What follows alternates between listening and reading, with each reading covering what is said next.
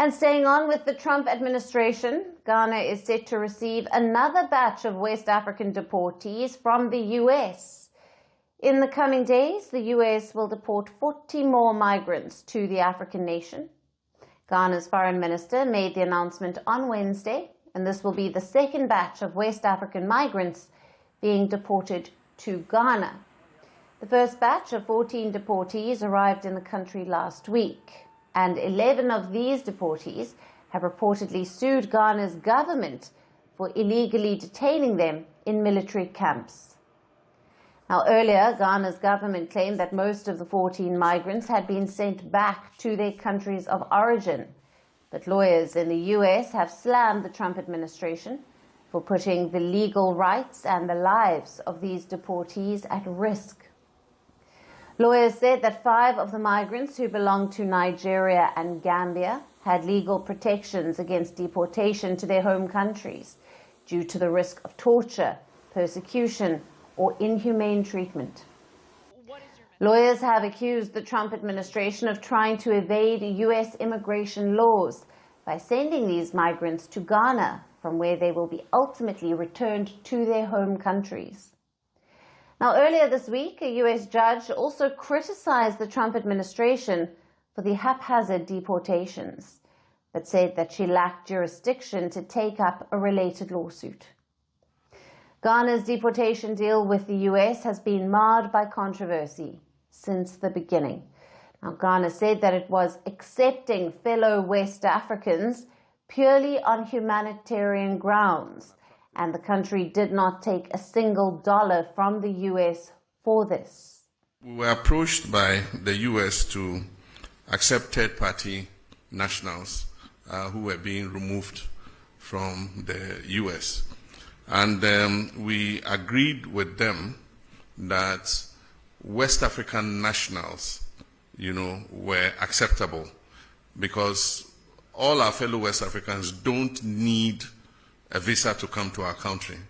So if they decided to travel from US to Accra, they don't need a visa anyway.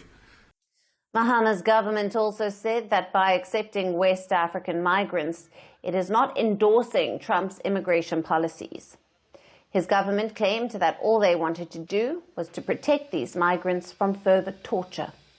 Many of these individuals were being held in detention, which was both psychologically and physically distressing. They were also faced with the risk of being deported to countries that are not safe and do not have the stability and human rights credentials Ghana is famed for. It's ironic that the same migrants whom Ghana's government claimed to save from torture have sued it over the rights violations and illegal detention. Ghana's controversial deportation deal has not only triggered international backlash, but also sparked political chaos at home. Ghana's opposition lawmakers have accused the government of not taking parliamentary approval for the deportation deal.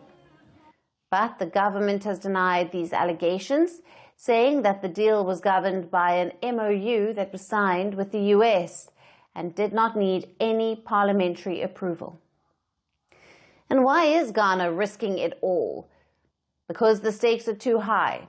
The country already faces 15% US tariffs, and Trump is making it increasingly difficult for Africans to enter the US with stringent visa measures.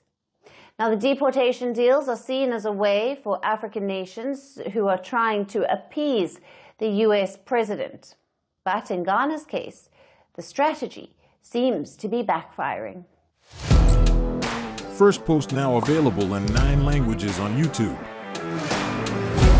English, stands at $36 trillion. French, Le FMI, comme German, Geschäftsführenden Direktor, Hindi, $30 trillion ka karj ho. Indonesian, Pemerintah tanpa pemeriksaan. Italian, Sekali radikali. Japanese, $4 idioma. Portuguese, Por causa do próprio balanço patrimonial. Spanish. Beautiful bill.